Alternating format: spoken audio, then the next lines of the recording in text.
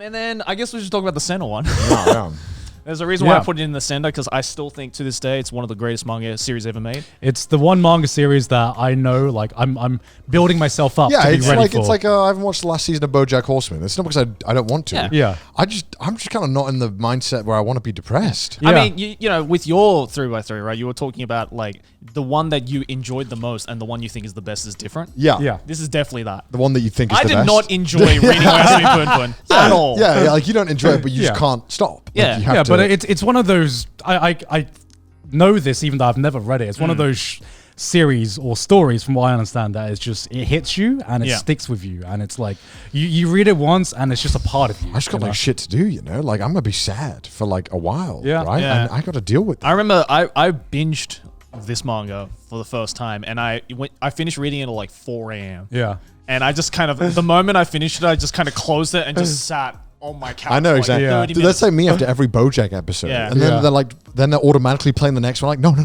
me a second. Give me some time to recover. Give me a minute, man. Just give me a minute. That was so depressing. But I think the one thing that I really like about Oyasumi Punpun is the fact that it almost goes beyond manga. Like what Inio Sano did in Oyasumi Punpun is so, like, we were talking about metaphors before, right? With you know, I Shield 21 stuff like that. Yeah.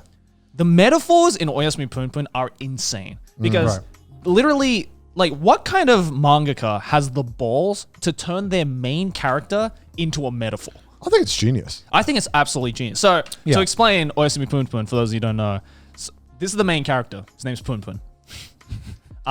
He's a bird character, and every other character in the manga is a human. Yeah. But all the human characters see Punpun as a human.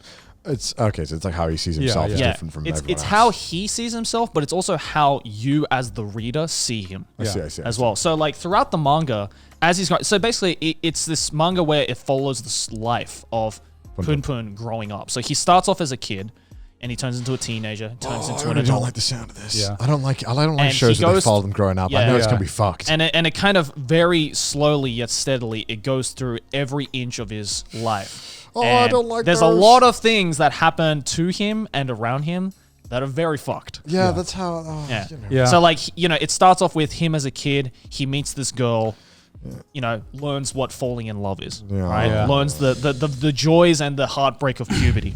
And then I feel you, man. And then that drags on with him. And then he has family problems. He has problems with his friends. He has problems with Basically, who he just is. a broken life, you know. It's a broken life. And what's so brilliant about Oyasumi Punpun is that as obviously, you know, like when he like gets older, he gets bigger and taller, but still the bird. But then there are certain points in the manga where his look completely changes. So there's one part in the manga where he just turns into a floating pyramid for about 2 chapters. Oh, okay. And it's not really explained why it happens. But as you're reading Metaphor. it You in understand. context, Yeah. it represents something in him. Okay. And it's very Okay. very literal in that sense. I'll read it. How long is it? How many chapters? 7 volumes. I own It's all of them. Yeah. I've so owned it's like all of them for years. It's been sitting. It's 12 volumes, I think. Okay, well, It's 120 Counts chapters. like shit. Okay, so I own 7 of the volumes. well, no, I believe at least the translated volume. Yeah, the Western volumes are a lot thicker. Yeah, so they're a lot thicker. So I own At like least 13 volumes in Japan. Is it But it's like 13 120 something chapters. Oh, so you could probably read it in one day. You could easily read it in Yeah. one. I mean, I read it in one day. like Okay, I'll probably do it's been sitting on my shelf, I think, for years. It's just been staring me, and I'm like, I stare at it, and I'm just like, it's today the day. It's today the Just the day. thought I about- read it. No, Just the thought about reading I'm it, I happy hear like today. Guts theme in my Yeah. head. Yeah. Basically. yeah. My very first experience with hearing about Oyasumi Punpun was actually like when I first started dating Sydney, and so this was back when I didn't know Sydney too well, and she gets really, really invested in stories, right? And stories. She's one of those people that truly gets invested and involved into a piece of fiction. So I'm just here sitting in my room, sitting in my office, doing like YouTube videos or whatever, and then I hear Sydney just like bawling. I mean, this is like I'd never seen her cry harder than this. Yeah. Like she was like beyond ugly crying, you know. Yeah. It was like I came in and like my Honey, what's wrong? my gut just sank because like I've only like this is the kind of reaction you see when someone's family member has just died, you know. And I'm just like I take a few deep breaths. I'm like, okay, I know we're gonna have to deal with something serious. Something's really fucked up. And I'm just like, honey, are you okay? What happened? And she just went, I just finished a manga. and I dead ass just went, what? What? And she's like, it's called Oyasumi Punpun. And I'm just like, I am going back in my office now. Here's some Kleenex. Clean yourself up. But yeah, like I mean, like, I didn't like ugly sob at the end of Punpun, but I there were definitely moments throughout Punpun that I kind of just opened my eyes wide and I was like, holy shit. Like, there were many times where I actually said to myself out loud, I was like, no. Not like this. Not like this. Not like this. Not like this. Come on. And it's like, and again, it's like, it's the way that he can somehow fit this fucking bird character into a super realistic context of like very realistic setting with very realistic characters and give this bird the most human life possible is so insane to me. And the fact that he can just do it seamlessly, like, you know, obviously at first, if you're going into this blind, first couple of pages, you're like, what the fuck is this?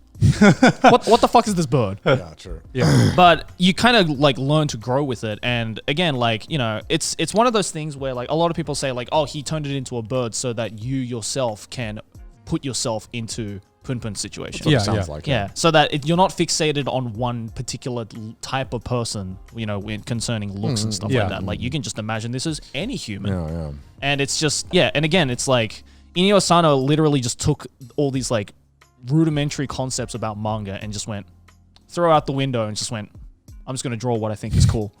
And it's like, there's lots of, like, weird shit in it as well, but, like, I mean, I've been trying to write a video about this manga for so long, but literally every time I reread it, first of all, I get destroyed for about a week.